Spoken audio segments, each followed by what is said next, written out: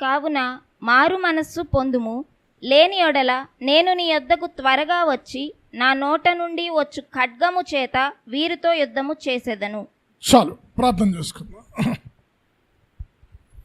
అత్యంత ప్రేమ కృప కనికరమ కలిగిన మా తండ్రి, నీ మహాకృపను బట్టి నానా 6 మాసాలు కాచి కాపాడి 7వ మాసం నూతన దినం మొదటి రోజు ప్రవేశపెట్టావు, నీకు వందనాలు చెల్లిస్తూ ఉన్నాం. ఈ మాసం అంతా కూడా నీ సన్నిధిని మాతో ఉంచండి తండ్రి. నానా ఆత్మీయంగా ఎదుగుటకు నీ కృప దయచేయండి. నీ నిండైన దీవెనలు ఈ మాసంలో నీ ప్రియబిడలపై కుమ్మరించండి. వాక్యం చెప్తున్న నన్ను నీ సిలువ చాటున మరుగుపరిచి ఈ వాక్యంలో దాచబడిన సత్యములను మా ముందు ఉంచమని యేసు నామంలో ప్రార్థించి వేడుకొనుచున్నాము తండ్రి. అమ్మ, మరి గడిచిన వారం చాలామంది వాక్యం విని చాలా ఆనందించారు. 1:10 నిమిషాలు మాట్లాడే, కానీ ఇంకా ఇన్కంప్లీట్ ఆ వర్తమానం. మీలో ఎప్పుడు డబ్బుకు బోధ ప్రారంభమయ్యింది? అవన్నీ చక్కగా అబద్ధ ప్రవక్తలు, ద్రవ్యానికి అమ్ముకోవటం, ఇవన్నీ క్లియర్గా వివరించాం. ఆయన అంత వివరించినా ఇంకా ఒక 15-20 మినిట్స్ వర్తమానం ఉంది. అప్పటికే టైం చాలా అయిపోయిందని చాలా లేట్ అయింది. నిన్న లాస్ట్ వీక్ క్లోజ్ చేసి ఈరోజు మీ మీద తప్పిదములను మోపుతూ ఉన్నా. 3 తప్పిదాలు మోపాడు కదా. 1, విగ్రహములకు అర్పించిన దానిని తింటున్నారు. 2, జారత్వం చేస్తూ ఉన్నారు. 3, నికోలాయితు బోధనను అనుసరిస్తూ ఉన్నారు. నికోలాయితు బోధన, బిలాము బోధన ఒకటే. ఇప్పుడు అంటున్నాడు, మీరు మారు మనసు పొందు. మారు మనసు గురించి చాలా వర్తమానాలు ఉన్నాయి. అయితే ఈరోజు క్లుప్తంగా కొన్ని వర్తమానం చెప్తా. అంటే మారు మనసు అంటే ఏంటి? ఏ తప్పిదమ్ములైతే దేవుడు నీ మీద మోపుతూ ఉన్నాడో వాటిని విడిచిపెట్టి నా తట్టు తిరగండి. చదవండి మారు మనసుకి అసలైన అర్థం. యెహెజ్కేలు 33వ అధ్యాయం 11వ వచనం. 33వ అధ్యాయం 11వ వచనం. కాగా వారితో ఇట్లనుము, నా జీవము తోడు దుర్మార్గుడు మరణము నొందుట వలన నాకు సంతోషము లేదు. దుర్మార్గుడు తన దుర్మార్గత నుండి మరలి బ్రతుకుట వలన నాకు సంతోషము కలుగును. కాబట్టి ఇశ్రాయేలీయులారా, మనస్సు త్రిప్పుకొనుడి, మీ దుర్మార్గత నుండి మరలి. ఏమన్నాడు? మనస్సు తిప్పుకో. ఎక్కడి నుండి? దుర్మార్గత నుండి తిప్పుకో. ఇక్కడ కూర్చున్న ఈ పెర్గమ సంఘంతో దేవుడు చెప్తుంది ఏంటంటే, మీలో తప్పిదాలు చూపెడుతున్నా, ఆ తప్పిదాల నుంచి మీ మనస్సు తిప్పుకొనండి. అంటే పాపములో నడుస్తున్న వ్యక్తి పాపము నుండి దేవుని తట్టు తిప్పుకోవాలి. అపవిత్రతలో నడుస్తున్న వ్యక్తి అపవిత్రతను విడిచిపెట్టి పవిత్రతలోనికి రావాలి. శరీరానుసారంగా నడుస్తున్న వ్యక్తి శరీరానుసారమైన ఇచ్చలను విడిచిపెట్టి ఆత్మానుసారంగా నడుచుకొనడానికి తిప్పుకోవాలి. ఇక్కడ అంటున్నాడు మనస్సు తిప్పుకొనుట. అంటే ఒకప్పుడు ఏదైతే దేవునికి వ్యతిరేకమైన కార్యాలు చేసేవో ఆ కార్యాలు దేవుడు నీకు చూపెడుతున్నటప్పుడు మారు మనస్సు పొందు, మనస్సు తిప్పుకోమా. యెహెజ్కేలు 18వ అధ్యాయం పెట్టుకోండి. ఇక్కడ అంటున్నాడు ఏంటి? మనస్సు తిప్పుకోనంటే ఏ లోపాలైతే నీలో చూపించాడో, ఏ నడవడిక అయితే దేవుని దృష్టిలో తప్పుగా ఉందో, ఏ ప్రవర్తన అయితే సరిగా లేదని దేవుడు చెప్తున్నాడో ఆ ప్రవర్తన దిద్దుకో. 18:23 యెహెజ్కేలు. ఇక్కడ అన్నాడు, దుర్మార్గుడు దుర్మార్గతను బట్టి మరణించడం వలన నాకు ఇష్టం లే, కనుక అతడు ప్రవర్తన దిద్దుకొని రక్షించబడుట నాకు ఇష్టం. 18:23. దుష్టులు మరణము నొందుట చేత నాకేమాత్రమైన సంతోషము కలుగునా? వారు తమ ప్రవర్తనను దిద్దుకొని బ్రతుకుటయే నాకు సంతోషము. ఏంటంట? మనసు తిప్పుకో అంటున్నాడు కదా. ఏంటి? నీ ప్రవర్తన తిప్పుకో అంటున్నాడు కదా, దిద్దుకో. అంటే ఇక్కడ కూర్చున్న మనం భక్తుడైన దావీదు దగ్గరికి ప్రవక్త అయిన నాతాను వెళ్ళాడు, చెప్పాడు, కథ చెప్పి ఆ పాపం చేసింది నీవే అన్నాడు. వెంటనే ఏం చేశాడు దావీదు? ఏ ప్రవక్త ఏ లోపాలైతే చెప్పాడో, దేవుడు తనలో ఏ బలహీనతలైతే చూపెట్టాడో ఆ ప్రవర్తనను దిద్దుకున్నాడు. కన్నీళ్లతో ప్రార్థన చేశాడు. ఏమని? మరలా హిస్సోపుతో నన్ను కడుగు, రక్షణ ఆనందాన్ని నా నుంచి దూరపరచవచ్చు, సమ్మతి కలిగిన మనస్సు నాకు దయచేయి. ఒకవేళ నువ్వు బలులు కోరుకుంటే ఇచ్చేవాడిని, అయితే విరిగి నలిగిన బలిగే నీకు ఇష్టమైన బలి అని తన ప్రవర్తనను దిద్దుకున్నాడు. దిద్దుకున్న తర్వాత దేవుడు దావీదు గురించి ఏం చెప్పాడు? ఒక్క బెత్షెబా విషయంలో తప్ప ఏ విషయంలో దావీదు పాపం చేయలే. ఇక్కడ కూర్చున్న ఈ పెర్గమ సంఘం అందరి గురించి చెప్పట్లే. అక్కడ ఈ 3 తప్పిదాలు ఎవరైతే చేస్తున్నారో వారు ఆ తప్పిదాలను విడిచిపెట్టి మీ ప్రవర్తనను దిద్దుకొని నా వైపు మరలండి అంటారు. నమ్మ హగ్గై పట్టుకోమ్మ. హగ్గై 1వ అధ్యాయంలో ఒకటి ఉంటుంది. ఇక్కడ ఏంటంటే, పర్వతములెక్కి మానులు తీసుకొనుట వలన నేను సంతోషిస్తా. మీరు విస్తారంగా విత్తారు, కొంచెంగా పండింది, మీరు దాని ఇంటికి తేగా దానిని చెదరగొట్టారు, మీ సంపాదన అంతా కూడా చిల్లి సంచిలో వేసినట్టుంది అని చెప్తూ, ఎందుకంట మీ ప్రవక్తలను బాగుగా చూసుకొనండి. 5వ వచనం హగ్గై. కాబట్టి సైన్యములకు అధిపతియగు యెహోవా సెలవిచ్చినదేమనగా, మీ ప్రవర్తనను గూర్చి ఆలోచించుకొనుడి. మీరు విస్తారముగా విత్తినను మీకు కొంచెమే పండెను. మీరు భోజనము చేయుచున్నను ఆకలి తీరకయున్నది, పానము చేయుచున్నను దాహము తీరకయున్నది, బట్టలు కప్పుకొనుచున్నను చలి ఆగక ఉన్నది. ఇక్కడ ఏమంటున్నాడు? మీరు విస్తారంగా సంపాదిస్తున్నారు, కానీ అది చెదిరిపోతుంది. కారణం ఏంటి? మీరు మారు మనసులే, మీ ప్రవర్తన సరిగాలే.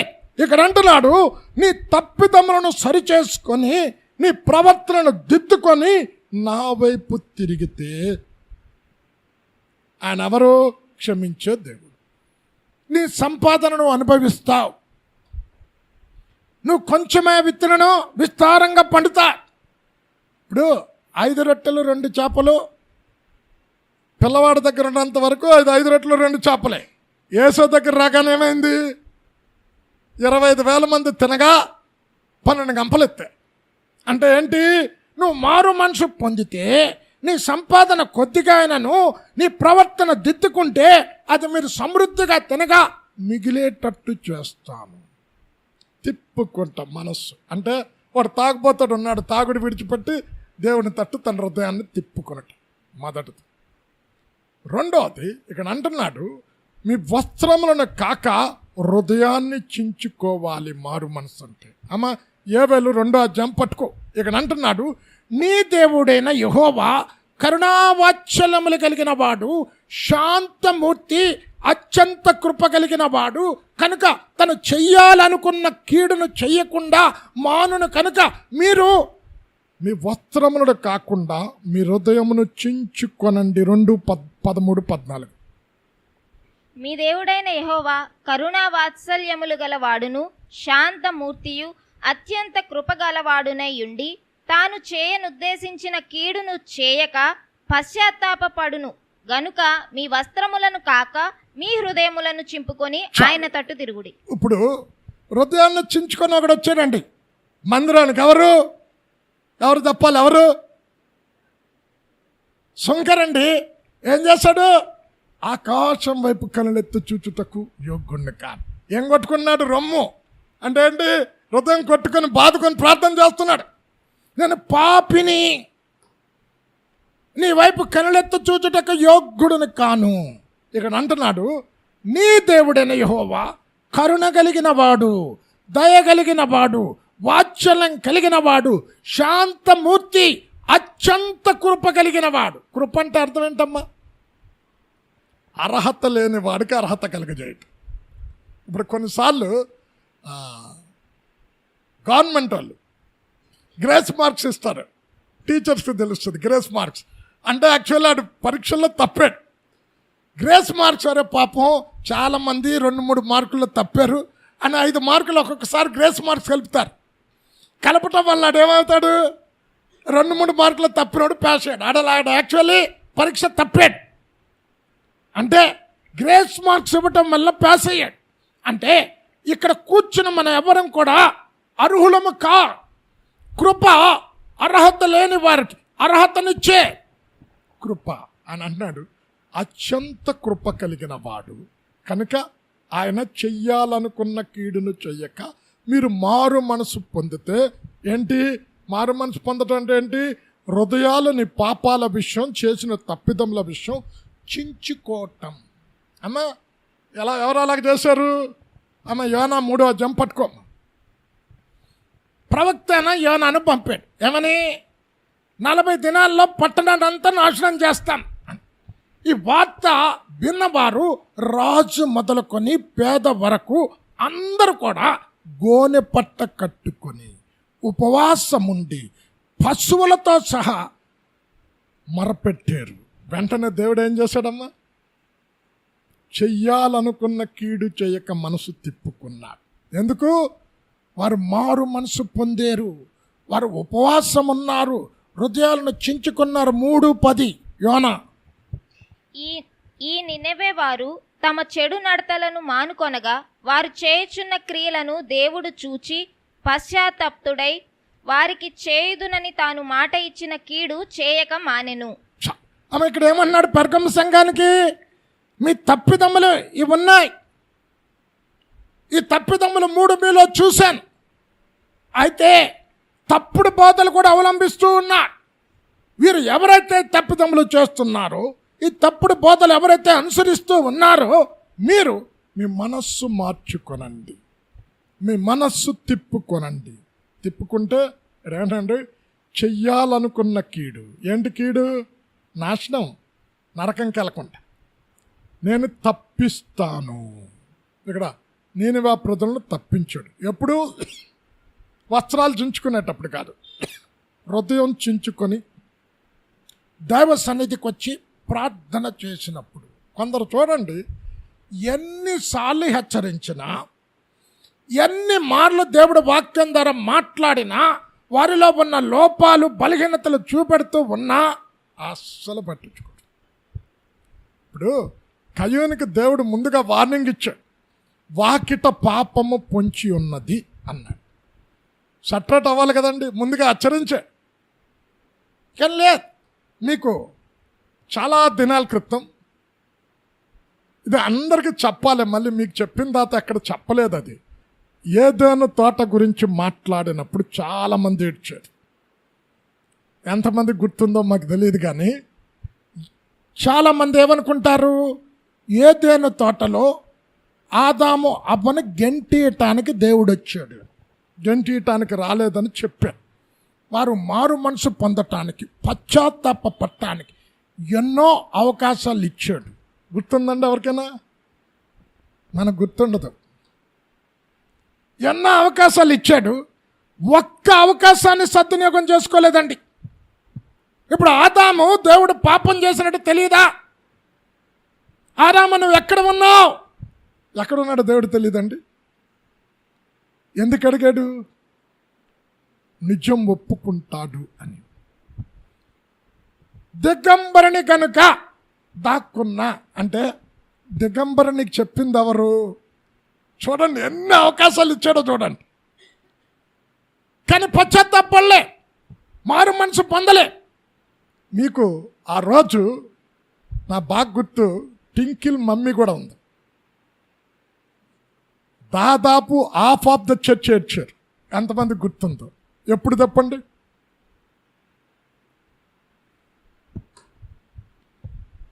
ఆదాం వయసు ఎంతమ్మ అప్పుడు? వయసు ఎంత వయసు? చిన్నపిల్లడు కాదు కదా. పెళ్లి చేశాడంటే పెళ్ళిడికి వచ్చిన 25 సంవత్సరాల వయసు యవనస్తుడు. ఒక యవనస్తుడు దిగంబరిగా ఉన్నప్పుడు వీరికి బట్టలు కుట్టుకోవటం రాదు, దేవుడే కుట్టి. ఇప్పుడు చిన్నపిల్లలు ఉంటారండి, చక్కా వేసుకోమంటే వేసుకుంటారా?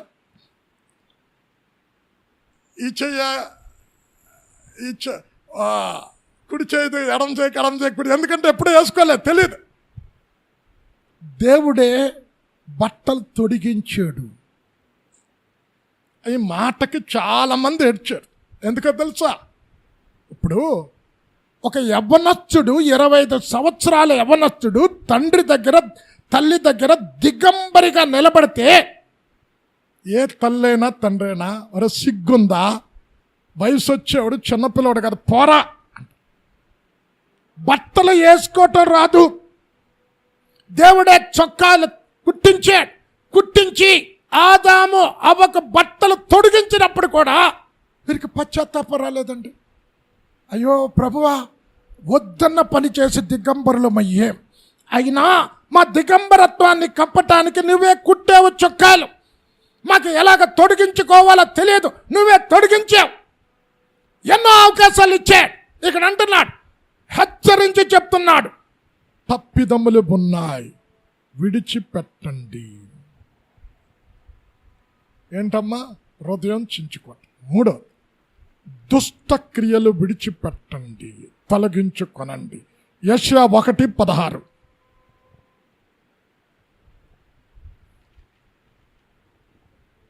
మిమ్మును కడుగుకొనుడి, శుద్ధి చేసుకొనుడి, మీ దుష్క్రియలు నాకు కనబడకుండా వాటిని తొలగింపుడి. అమ్మ, దుష్ట క్రియలు మీకు మహామూర్ఖుడిని చూపిస్తా. ఎవరైనా మహామూర్ఖుడు అంటే బైబిల్లో అంతకంటే మూర్ఖుడు ఇంకోటి లేడు. మనష్షే. అమ్మ 2వ దినవృత్తాంతాలు 33 పెట్టుకో. మీకు ఇంతకుముందు చెప్పే ప్రవక్త అయిన యెషయాని రంపాలతో కోసి చంపాడు. అమ్మ అది 2వ దినవృత్తాంతాలు 33 అలాగే ఉంచి హెబ్రీ 11 వెళ్ళి అక్కడ రంపములతో కొందరిని చంపిన జరువమ్మ. రిఫరెన్స్ చూసుకోండి. ఎవరు? యెషయా గ్రంథం కనుక ఒక్కటి ఉంటే చాలంట. బైబిల్ అంతా అందులో ఉంది. యేసయ్య జననం, యేసయ్య మరణం, యేసయ్య పునరుత్థానం, ఆది అందు దేవుడు భూమి ఆకాశాలు ఎలాగ సృష్టించాడో, ఈ భూమి ఆకాశాలు గతించిపోయిన తర్వాత కొత్త భూమి కొత్త ఆకాశాన్ని సృష్టిస్తా, 1000 ఏళ్ల పరిపాలన, ఇవన్నీ రాసిన ప్రవక్త అయిన యెషయాని రంపాలతో కోసి చంపాడు. చదవమ్మా, వచనం చెప్పమ్మా. 11:37. రాళ్లతో కొట్టబడిరి, రంపములతో కోయబడిరి. చాలు. ప్రవక్త అయిన యెషయాని రంపాలతో కోసి చంపాడండి. ఎవరు? మనిషి ఎవరమ్మా? బైబిల్ మీరు చదవరు. హిజ్కియా కొడుకు. హిజ్కియా అంత భక్తుడు కదా, కొడుకు చూడండి ఎలాంటి దుర్మార్గుడు పుట్టాడో. అయితే దేవుడు బుద్ధి చెప్పటానికి అస్సూరు రాజు వచ్చి మనష్షేను బంధించి తీసుకెళ్ళాడు. అబ్బా, అందుకే యోవేలు ప్రవక్త ఏమన్నాడు? నీ దేవుడైన యెహోవా కరుణావాత్సల్యాలు కలిగిన వాడు, శాంతమూర్తి, అత్యంత కృప కలిగిన వాడు. ఎప్పుడైతే అస్సూరు రాజు బంధించి తీసుకెళ్ళాడో, ఈ తండ్రి పెట్టిన ఆ బలిపీఠాలన్నీ పడగొట్టి బయలు దేవతలకు బలిపీఠాలు కట్టాడంట. బిడ్డలను దహన బలికి ఏమంటారు, అగ్నిగుండాన్ని దాటించాడు. శకునాలు చూశాడు, క్రూరంగా పరిపాలన చేశాడు. హెచ్చరించిన యెషయా ప్రవక్తను చంపాడు రంపాలతో కోసి. అయితే చిట్ట బందీగా అయినప్పుడు పశ్చాత్తాపంతో కన్నీటితో ప్రార్థన చేస్తే చూడండి, దేవుడు ఆ దుష్క్రియలను విడిచిపెట్టిన తర్వాత విడిచిపెడతారని మారు మనిషి పొందుతా దుష్క్రియలు విడిచిపెట్టాడు, రక్షణలోకి వచ్చాడు. చదవమ్మ 33:11. 2వ దినవృత్తాంతాలు 33:11. కాబట్టి యెహోవా అష్షూరు రాజు యొక్క సైన్యాధిపతులను వారి మీదకి రప్పించెను. మనష్షే తప్పించుకొని పోకుండా వారు అతని పట్టుకొని గొలుసులతో బంధించి అతనిని బబులోనునకు తీసుకొని పోయిరి. అతడు శ్రమలో ఉన్నప్పుడు తన దేవుడైన యెహోవాను బతిమాలుకొని తన పితరుల దేవుని సన్నిధిని తన్ను తాను బహుగా తగ్గించుకొని ఆయనకు మొరలిడగా, ఆయన అతని విన్నపములను ఆలకించి యెరూషలేమునకు అతని రాజ్యములోనికి అతని తిరిగి తీసుకొని వచ్చినప్పుడు యెహోవా దేవుడై ఉన్నాడని మనష్షే తెలుసుకొనెను. ఇవన్నీ దుష్క్రియలు ఎత్తిపెట్టాడు. ఇక్కడ అంటున్నాడు, మీరు నికోలాయితు బోధన అనుసరిస్తున్నారు. ఏంటా బోధ? కలిపి చెరిపెడి బోధలు. ఏంటి మీకు లాస్ట్ వీక్ చూపెట్టాను కదా, చాలా చదవమ్మ. 2 కొరింథీ 2వ అధ్యాయము 17వ వచనం.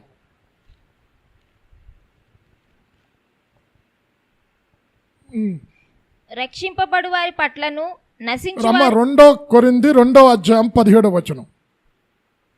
కావున ఇటు సంగతులకు చాలిన వాడెవడు? మేము దేవుని వాక్యమును కలిపి చెరిపెడు అనేకుల వలె ఉండక. ఇప్పుడు ధనానికి ఆశపడి ఏం చేశాడమ్మా బిలాము? విగ్రహాలకు అర్పించి తింటే ఏం ప్రాబ్లం లేదు, జాగ్రత్తం చేస్తే నీ శరీరమే మలినమవుతా, శరీరం మట్లో నుంచి వచ్చింది, మట్లో కలిసిపోతా. ఈ బోధను విని ఈ బోధకు అనుగుణంగా జీవించే ఇక్కడ అంటున్నాడు, ఆ క్రియలు విడిచిపెట్టండి, దుష్క్రియలు విడిచిపెట్టండి. ఇక్కడ మనస్సే ఎప్పుడైతే పశ్చాత్తాపడి మారు మనసు పొందాడో ఆ దుష్క్రియలను విడిచిపెట్టాడు. ప్రారంభంలో చూడండి, నన్ను అడిగితే సాల్మన్ కంటే మనస్సే నాకు బెటర్ అనిపిస్తుంది. ఎందుకండి సొలొమన్ ప్రారంభం అద్భుతంగా ఉంది, ఎండింగ్ భయంకరంగా ఉంది. దేవుడు 2 మార్లు హెచ్చరించిన హృదయం దేవుని తట్టు నుండి తిప్పుకున్నాడు. ఇక్కడ మనుష్య చూడండి ఘోరంగా ఉంది. ప్రారంభం ప్రవక్తని ఘోరంగా రంపాలతో చంపే శ్రమ కలిగినప్పుడు మారు మనసు వచ్చింది, పశ్చాత్తాపం వచ్చింది, దేవుని తట్టు తిరిగాడు. ఎండింగ్ అద్భుతంగా ఉంది. ఇక్కడ అంటున్నాడు దుష్క్రియలను విడిచిపెట్టండి. మంచి క్రియలు ఉన్నాయి, దుష్క్రియలు కూడా ఉన్నాయి. ఇది 3వది, దుష్టత్వాన్ని విడిచిపెట్టండి. అపోస్తుల కార్యం 3వ అధ్యాయం చివరి వచనం.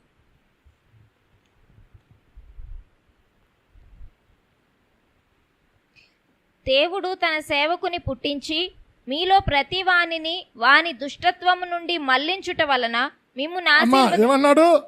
ఇక్కడ ఏమన్నాడమ్మా? తిప్పుకొనండి. మీకు మూలవాక్యం ఏంటి?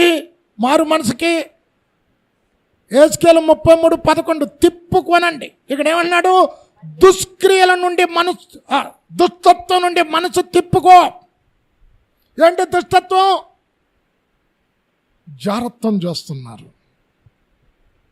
దేవుడు పరుల సొమ్ము ఆశించవద్దు అని చెప్తే, సొమ్మే ఆశించొద్దంటే పరుని భార్య వైపు చూసినా, ఇంకొక భార్యతో నువ్వు వ్యభిచారం చేసినా, ఇంకొక పురుషుడి భార్యతో వ్యభిచారం చేసినా దుష్టత్వం. ఈ దుష్టత్వం నుండి మీరు మరలండి, అప్పుడు ఆశీర్వాదాలు నీకు వస్తాయి. ఏంటి ఆశీర్వాదాలు? పరసంబంధమైన ఆశీర్వాదం ఉంది. మీకు చెప్పాను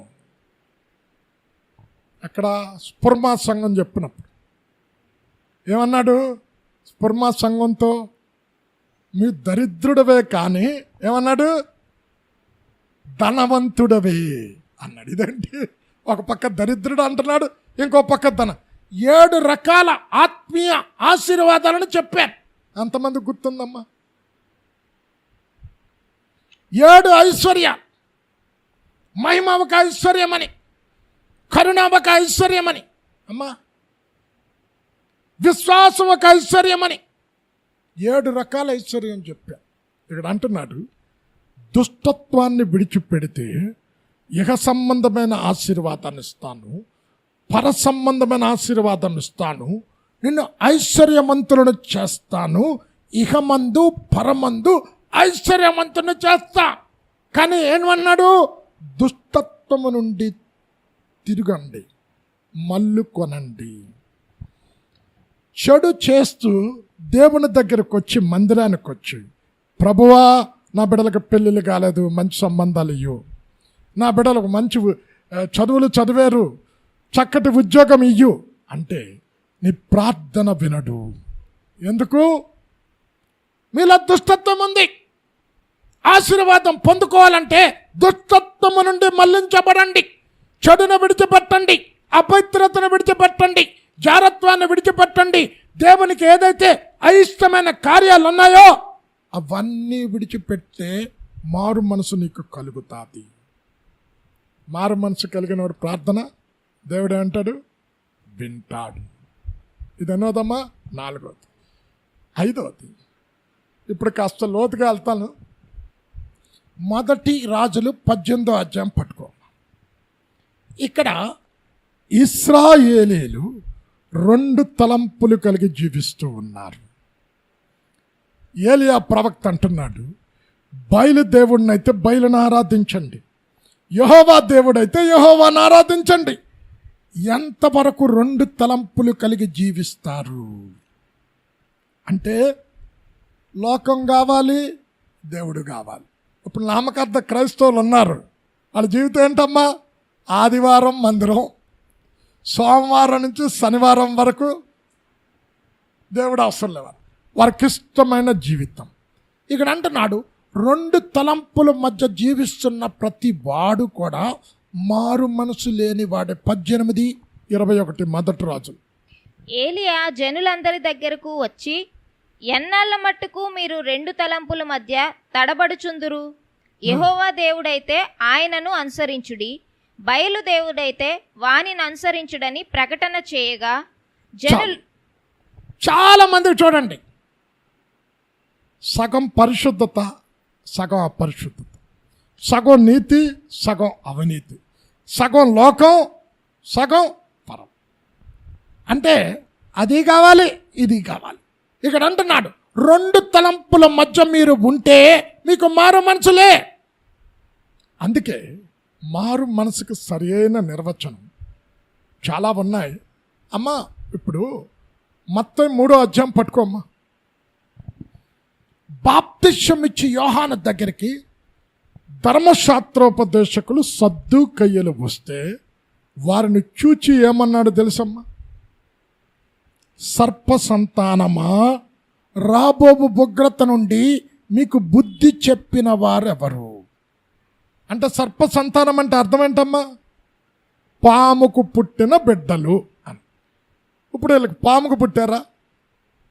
ఎందుకంటున్నాడు ఆ మాట? పాముకు 2 నాలికలు ఉంటాయి. అంటే ఈరోజు 2 తలంపుల మధ్య, 2 మనస్సుల మధ్య మీరు జీవిస్తూ ఉంటే మీకు మారు మనస్సు లేదు. అమ్మ మత్తయి 3:7 చదవమ్మా. అతడు పరిసయ్యులలోను సద్దుకయ్యులలోను అనేకులు బాప్తిస్మము పొందవచ్చుట చూచి, సర్ప సంతానమా, రాబో ఉగ్రతను తప్పించుకొనుటకు మీకు బుద్ధి చెప్పిన వాడెవడు? అమ్మ పాముకి 2 నాలుకలు ఉంటాయి అంటే ఎందుకు వాళ్ళు చూచి సర్ప సంతానం అన్నాడు? మనుష్యుల ఎదుట భక్తిపరులుగా కనబడుతున్నారు, కానీ అంతరంగం వేరే. అంటే వారు వేషధారణ జీవితం జీవిస్తున్నారు, 2 తలంపులు కలిగి ఉంటున్నారు. దేవుడు అంటున్నాడు దిమనస్కులను నేను దేశిస్తాను. 119, 113. అంటే దేవుడు ఒక వ్యక్తిని దేశిస్తున్నాడంటే ఆ వ్యక్తికి మారు మనసు ఉందమ్మా? మారు మనసు ఉన్నాడు దేవుడు దేశిస్తాడా? చదవమ్మా 119, 113. 113 అమ్మా. ద్విమనస్కులను నేను ద్వేషించుచున్నాను. చాలు. ఇక్కడ అంటున్నాడు 2 మనసులు ఉండొద్దు. చూడండి, కొంతమంది చూడండి ఉపవాసం ఉండాలనుకుంటా అని చెప్తారు. ఆ రోజు వచ్చేసరికి ఇప్పుడు కాదులే తర్వాత. ప్రతి బైబిల్ స్టడీకి అటెండ్ అవ్వాలి అంటారు. కొద్ది రోజుల తర్వాత అంటే ఏంటి? 2 తలంపులు వీరికి. మందిరానికి వచ్చినప్పుడు ఒక వాగ్దానం, దేవునితో ఒక నిబంధన, బయటికి వెళ్ళిన తర్వాత అది మర్చిపోతాం. ఇక్కడ అంటున్నాడు దిమనస్కులను దేశిస్తూ ఉన్నాను. అంటే ఏంటి దిమనస్కులు అంటే? దేవుడు అపవాదిని దేంతో పోల్చాడమ్మా? సర్పంతో పోల్చాడు. సర్పానికి 2 నాలుకలు ఉన్నాయి, ఒకప్పుడు లూసిఫర్ పరలోకంలో ప్రధాన దూత. ఏం చేసేది ఆ దూత పనేంటి? దేవుణ్ణి స్తుతించేది, దేవుణ్ణి గణపరిచేది, దేవుణ్ణి కొనియాడేది, గాన ప్రతిగానాలతో దేవుని మహా గొప్ప. ఇప్పుడు చాలామంది లూసిఫర్ అనగానే 2 కొమ్ములు, నల్ల దుస్తులు. బైబిల్లో ఏమని తెలుసా? మహా అందగత్తె. ఆమె రెక్కలు ఇలాగ విప్పితే, అబ్బా, ఆ రెక్కలు విప్పి ఇలా మూస్తే వీణ విప్పంచి రకరకాల వాయిద్యాలు వచ్చేవంట. అంటే అంత చక్కగా దేవుణ్ణి స్తుతించే, ఆరాధించే. ఇప్పుడు పడిపోయిన తర్వాత ఏం చేస్తుందమ్మా? దేవుణ్ణి దూషిస్తూ ఉంది, దేవుణ్ణి కించపరుస్తూ ఉంది. అంటే ఎన్ని నాలుకలున్నా లూసిఫర్కి? అంటే ఈ నోటితో మందిరానికి వచ్చినప్పుడు ప్రార్థన చేస్తున్నాం. ఎవరి నామంలో? దేవుని నామంలో. ఈ నోటితో పరిశుద్ధుడు దేవుడు, నా రక్షణ శృంగం, నా ఆశ్రయం, నా శైలం, నా కోట, నేను నమ్ముకొనదగిన సహాయకుడు. అబ్బో, ఎన్నో పేర్లతో దేవుణ్ణి కొనియాడతాం, స్తుతిస్తాం. ఇదే నోటితో బూతులాడుతున్నావా? ఇదే నోటితో దేవుని స్వరూపంలో చేయబడిన మనిషిని దేశిస్తూ ఉన్నామమ్మ. యాకోబు రాసిన పత్రిక 3వ అధ్యాయము 10 అనుకుంటా, చూడు, 10, 11. ఒకే బుగ్గలో నుంచి మంచి నీళ్లు, 3:10 చదువు. ఒక్క నోట నుండియే ఆశీర్వచనమును శాపవచనమును బయలు వెళ్ళును. ఇప్పుడు ఏమన్నాడు? ఒక నోట్లో నుంచి ఏమొస్తుందంట? ఆశీర్వచనం. మళ్ళీ ఇదే నోట్లో నుంచి ఏమొస్తుంది? ఒకే నోట్లో నుంచి దేవుని స్తుతి, ఇదే నోట్లో నుంచి ఏంటి? పొరుగువాణ్ణి. చదవమ్మా. నా సహోదరులారా, ఇలాగుండకూడదు. నీటి బుగ్గలో ఒక్క జల నుండియే తీయని నీరును చేదు నీరును ఊరునా? చాలు. ఇక్కడ అంటున్నాడు, చేదు తీపి ఒకే బుగ్గలో నుంచి వస్తాదా? నీకు 2 మాటలు ఉన్నాయంటే, ఒక పక్క దేవుణ్ణి ప్రార్థన చేస్తూ, దేవుణ్ణి కొనియాడుతూ, దేవుణ్ణి స్తుతిస్తూ, దేవుణ్ణి కీర్తిస్తూ, దేవుణ్ణి గణపరుస్తూ, దేవుని స్వరూపంలో చేయబడిన ఇంకొక మనుష్యును దేశిస్తూ ఉన్నావంటే నువ్వు ఎవరివి? లూసిఫర్కున్న నాలుకలు నీకు ఉన్నాయి. ఇప్పుడు మనస్సు అంటే నాలుకని ఎక్కడనుందా? ఉందమ్మా ఎక్కడన్నా? చదవండి. 2వ తిమోతి 3వ అధ్యాయం 8వ వచనం.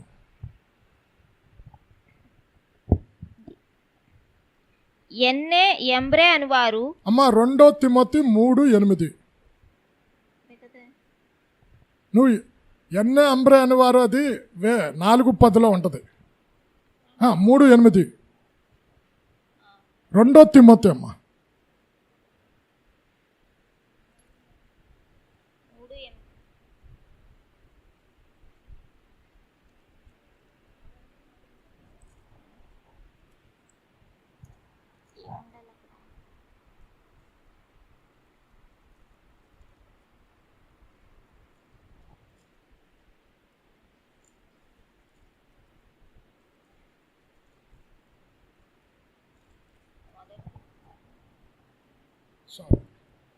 మొదటి తిమోతి. అలాగుననే పరిచారకులు మాన్యులయుండి ద్విమనస్కులను. అమ్మ ద్విమనస్కు, అమ్మ అందరూ ఓపెన్ చేయండి. ద్విమనస్కుల దగ్గర పుట్టినట్లు ఏముంది? 2 నాలుకలు గలవారు. ఉందా లేదా? ఇక్కడ పరిచయ్యులను సద్దూకైలను చూచేయమంటున్నాడు. సర్ప సంతానమా అంటే ఏంటి? మీకు 2 నాలుకలు ఉన్నాయి. ఒక పక్క మందిరంలో ఉన్నప్పుడు దేవుని వాక్యం చెప్తారు, పరిచయులు ధర్మశాస్త్రాన్ని బోధిస్తారు, బయటికి వెళ్ళిన తర్వాత ఎదుటి వ్యక్తిని దూషిస్తారు. ఇక్కడ అంటున్నాడు మనస్సు అంటే ఏమన్నాడమ్మా? నాలుక. నాలుకంటే ఇప్పుడు మన భావోద్రేకాలను శబ్ద రూపములో వ్యక్తపరిచేదేంటి? నాలుక. ఇప్పుడు ఎవరైనా ఒక వ్యక్తి వచ్చాడు, నీకు ఎదురుపడ్డాడు, వారికి వందనం చెప్పాలి అనగానే నీ హృదయంలో తలంపు రాగానే శబ్ద రూపంలో బయటకు వచ్చేదేది నాలుక. ఇక్కడ అంటున్నాడు దిమనస్కులు అంటే 2 నాలుకలు కలిగిన వారు. అంటే నీ 2 నాలుకలు పోయి 1 నాలుక వస్తే నువ్వు మారు మనసు పొందిన వ్యక్తివి. ఈ నాలుక గురించి 5 మాటలు చెప్పి క్లోజ్ చేస్తా. అమ్మ యాకోబు రాసిన పత్రిక 3వ అధ్యాయం తీసుకో. ఇక్కడ అంటున్నాడు నాలుక గురించి చెప్తున్నాడు, ఎవరైతే మాట యందు తప్పని వాడుగా ఉంటాడో వాడు సర్వ శరీరాన్ని స్వాధీనమందుంచుకుంటాడట. 3:2. అనేక విషయములలో మనమందరము తప్పిపోవచ్చున్నాము. ఎవడైనను మాటయందు తప్పని ఎడల అట్టివాడు లోపము లేనివాడై తన సర్వ శరీరమును స్వాధీనమందుంచుకున్న శక్తి గలవాడు. ఇప్పుడు మనస్సు అంటే నాలుకని ఇక్కడ చెప్పాం కదా, ఇక్కడ ఏమన్నాడు? మాట యందు తప్పని వాడు సర్వ శరీరాన్ని స్వాధీనపరుచుకుంటాడట. మీరు చూడండి, ఏ తాగుబోతాడునైనా ఉదయాన్ని అడగండి, ఏమంటాడు? తాగను, అయ్యో అప్పుల పాలు అయిపోతున్నా, నా కుటుంబం పతనం అయిపోతుంది, నేను ఇక నుంచి తాగను. ఎందుకండి? న్యూ ఇయర్ వచ్చేసరికి మనం ఎన్నో మాటలు చెప్తాం. ఎందుకు శరీరాన్ని స్వాధీనపరచుకోలేకపోతున్నావు? మాట తప్పుతూ ఉన్నావు. అరే నేను తాగను అని మాట ఇచ్చిన తర్వాత తాగకుండా ఉంటే నీ శరీరాన్ని నీ స్వాధీనపరచుకునే శక్తి దేవుడిస్తాడు. మాట ద్వారా దేవుడు శరీరాన్ని స్వాధీనపరచుకునే శక్తినిస్తాడు. అయితే చాలామంది సినిమాలు చూడను, సీరియల్ చూడను, అమ్మో ఏమో ఎప్పుడు తప్పలే. మాట తప్పుతూ ఉన్నావంటే నీ శరీరము నీ స్వాధీనములో ఉండదు. అందుకే యేసు కొండ మీద ప్రసంగమా అది అలాగే ఉంచు. కొండ మీద ప్రసంగంలో మత్తయి 5వ అధ్యాయం 27-37 ఉంటుంది. ఏమని? నీ మాట అవునంటే అవును, కాదంటే కాదు, దీన్ని మించి మాట్లాడితే దుష్టుని సంబంధిని. 5:37 అనుకుంటా, చూడమ్మా. మీ మాట అవునంటే అవును, కాదంటే కాదు అని ఉండవలెను. వీటికి మించున్నది దుష్టుని నుండి పుట్టున్నది. దుష్టుడు అంటే ఎవరమ్మా? అపవాది. అంటే చాలా మంది విడిచిపెట్టిన పాపాలు చేస్తున్నారు. తాగను అని తాగుతూ ఉన్నాడు. కారణం ఏంటి? మాట తప్పుతూ ఉన్నాడు. మాట కనుక తప్పకుండా ఉంటే సర్వ శరీరాన్ని స్వాధీనమందుంచుకుంటాడట. భక్తుడైన పౌలు అంటున్నాడు కదా, నా శరీరమందు మంచిదేది నివసింపదని నేను ఎరుగుదును, మేలైనది చేయాలనుకుంటున్నా చేయలేకపోతున్నా. అంటే ఒకవేళ నువ్వు మాట అందు తప్పుతూ ఉంటే నీ శరీరం నీ స్వాధీనంలో ఉండదు. నీ శరీరం నీ స్వాధీనంలో ఉండకపోతే ఎలాంటి మరణం పొందుకుంటా తెలుసా? దౌర్భాగ్యమైన మరణం. పౌలే అంటాడు, అయ్యో నేను ఇంత దౌర్భాగ్యుడని, ఇట్టి మరణం నాకు లోనకు శరీరము నుండి నన్ను ఎవడు విడిపిస్తాడు? అమ్మ, మరణాలు 3 ఉన్నాయి. ఒకటి శరీర మరణం, ఒకటి ఆత్మ మరణం. దౌర్భాగ్యమైన మరణం అంటే ఏడ్తో చచ్చిపోవటం. ఎవరి దగ్గర ముట్టుకోరు కదా, అడగ అంటుకుంటుందని అంటువ్యాధులు. ఇప్పుడు కొంతమంది కరోనాతో ఫస్ట్ వేళ ఎవ్వరు రాలే, ఫస్ట్ సెకండ్ వేవ్లు. దౌర్భాగ్యమైన మరణం అంట. అక్కడ అంటున్నాడు, నీ నాలుకని స్వాధీనపరచుకుంటే శరీరమంతా స్వాధీనములో ఉంటుంది. ఇంకేమన్నాడు 5వ వచనంలో? నాలుక బహుగా అదిరిపడును. అదిరిపడునంటే పుట్టినోట్లు ఏముంది? అచ్చయిస్తాది. అంటే అమ్మ అచ్చం ఎవరి లక్షణం చెప్పండి? మొట్టమొదటి పాపం ఎక్కడ పుట్టింది? అక్కడే గర్వమే. గర్వం ద్వారానే కదా పడిపోయింది. ఇక్కడ చూడండి, కొంతమంది ఎందుకు దేవుడు అంటున్నాడు, హృదయము నిండిన దానిని బట్టి నోరు మాట్లాడును. మత్తయి 12:34 హృదయము నిండిన దానిని బట్టి నోరు మాట్లాడను. నీ హృదయంలో గర్వం ఉందనుకో, గర్వంతో కూడిన మాటలు వస్తాయి. మీరు చూడండి, కొంతమంది మా కులం ఏంటో తెలుసా, నేను ఎంత చదువుకున్నానో తెలుసా, నాకెన్ని ఇల్లులు ఉన్నాయో తెలుసా. గర్వంతో కూడిన మాటలు ఎక్కడి నుండి వస్తాయమ్మా? వీడు గర్వాంధుడని ఎలా చెప్తున్నావు? మాటలను బట్టే. అంటే అందుకనే దేవుడు ఏమన్నాడు, హృదయపు తలుపుల దగ్గర నిల్చొని తలుపు తట్టుచున్నా. ప్రకటన 3:20 ఉంటుంది. ఎందుకు హృదయాన్ని తట్టుతూ ఉన్నాడు? హృదయములో నిండిన దానిని బట్టి నోరు మాట్లాడతా. ఈ నోట్లో ఉన్న సాతానుడు బయటికి నెట్టివేయాలి అని అంటే హృదయంలోనికి దేవుడు రావాలి. హృదయంలోకి దేవుడు వస్తే అప్పుడు మన మాటలు ఎలాగుంటాయో తెలుసా? దీనత్వం కలిగిన మాటలు, తగ్గింపు కలిగిన మాట. చూడండి, ఇదంతా అతిశయము. ఒక వ్యక్తి అతిశయించాడంటే ఆ వ్యక్తికి ఏం లేదు, మారు మనసు లేదు. ఒక వ్యక్తి శరీరాన్ని స్వాధీనపరచుకోలేదంటే, అరే నేను కోపానికి బానిసని, తాగుడికి బానిసని అంటే ఆ వ్యక్తి ఎవరు? మారు మనసులే. ఇంకేమంటున్నాడు? నాలుక అగ్ని. ఇప్పుడు అగ్ని ఏ లోహాన్నైనా ఏం చేస్తుంది? బూడిద చేస్తుంది, దాని రూపాన్ని మార్చేస్తుంది.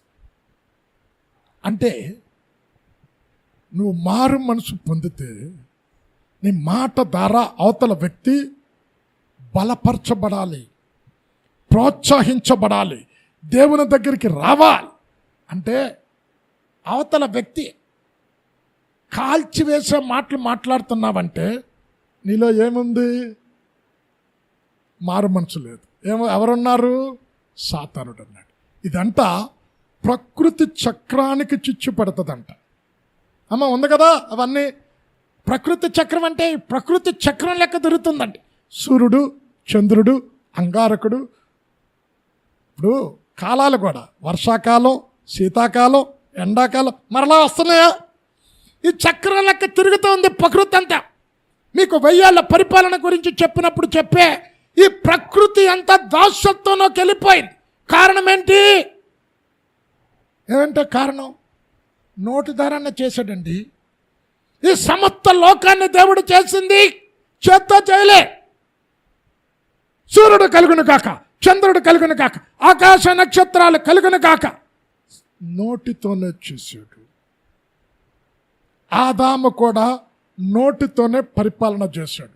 సింహమా రా అంటే వచ్చి కూర్చుంది. ఏదైనా తోటలో సింహం లేదమ్మా, వచ్చి కూర్చుంది.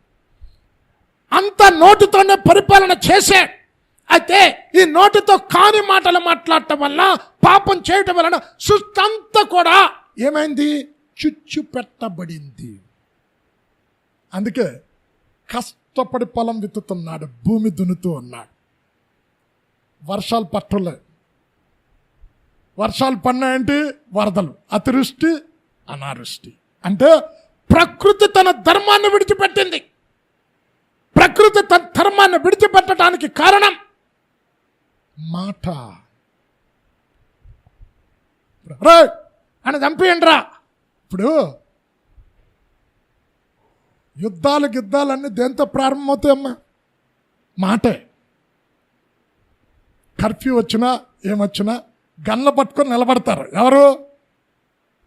ర్యాపిడ్ యాక్షన్ ఫోర్సు వీళ్ళంతా దిగుతారు కదా. వాళ్ళు గన్ను షూట్ చేయరు. ఆర్డర్ రావాలి. ఎక్కడి నుండి? పరిపాలకుడి నుండి ఆర్డర్ రావాలి. షూట్ చేయి అంటే మాట ద్వారా, చంపి అంటే చంపేస్తున్నారు, తగలబెట్టు అంటే తగలబెడుతున్నారు.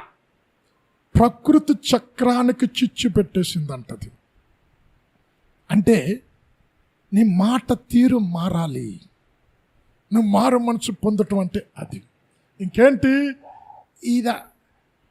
ఈ లోకంలో ప్రతి జంతువుని సాధు చేస్తున్నాడు.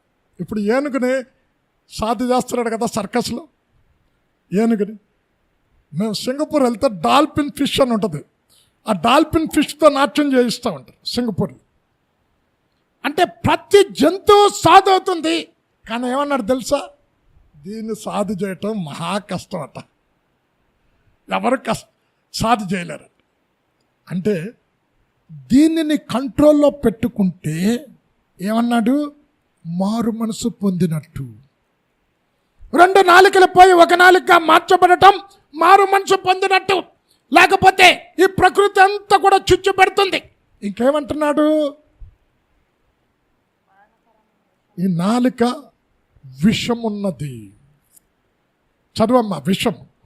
విషం అంటే ఏంటమ్మా? విషం ఎవరిదైనా తింటే ఏమవుతుంది? చత్తం. అంటే ఆత్మీయంగా చచ్చిన స్థితికి విషముతో కూడిన మాటలు మాట్లాడితే చచ్చిన స్థితిలో ఉన్నావు. చదువమ్మది. అది మరణకరమైన విషముతో నిండినది. చాలు అమ్మా. 143 ఇక్కడేమన్నాడు? వారి పెదవుల కింద సర్ప విషం ఉన్నది. మనం టీచర్లు మనకు నేర్పుతారు కదమ్మా చిన్నప్పుడు. ఏంటి? పాముకు తలలో విషం, నరుడికి నిలువెల్లా విషమే. అంటే ఎవరైనా ఎదురుగుండా వస్తే లోపటంతా విషం హృదయంలో, పైకి మాత్రం ప్రేమ. 143 పాము నాలుకల వలె వారు తమ నాలుకలు వాడి చేయుదురు. వారి పెదవుల క్రింద సర్ప విషమున్నది.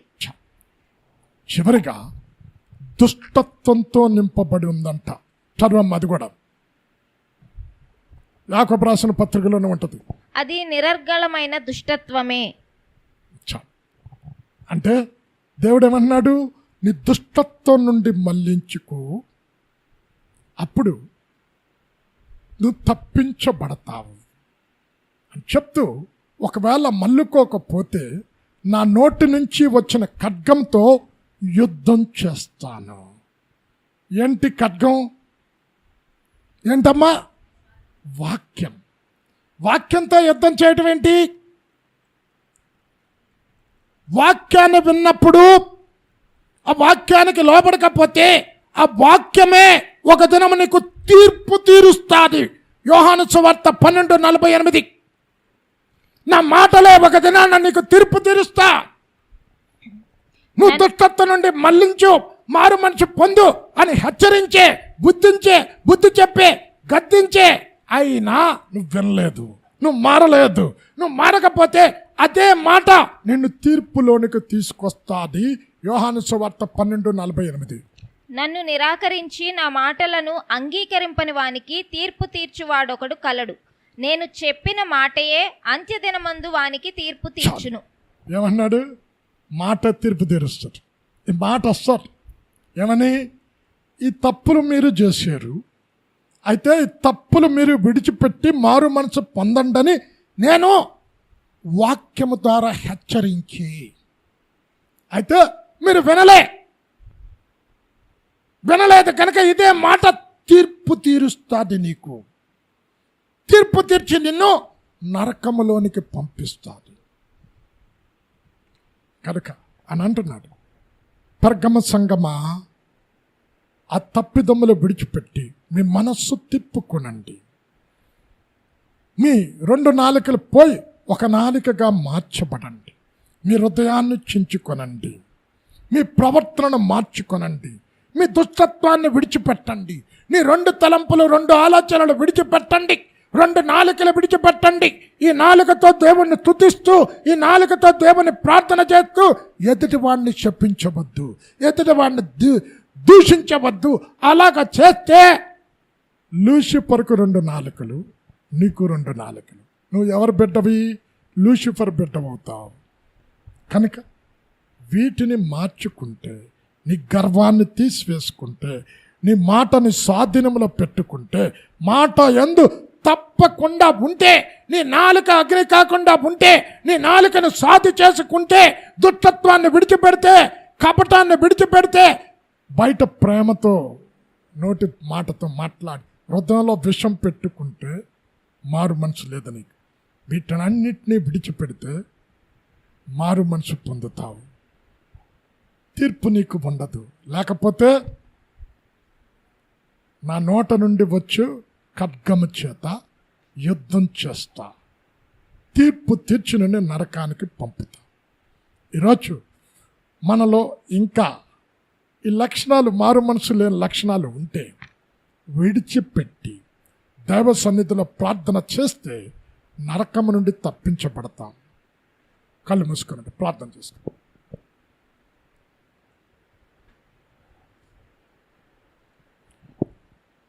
అత్యంత ప్రేమ, కృప, కనికరమ కలిగిన మా తండ్రి,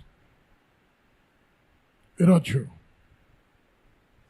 ప్రేమతో పెర్గమ సంఘం చేసిన తప్పిదాలు విడిచిపెట్టి మనస్సు మార్చుకొని మీ హృదయాలు తిప్పుకొని నా వైపు తిరగండి.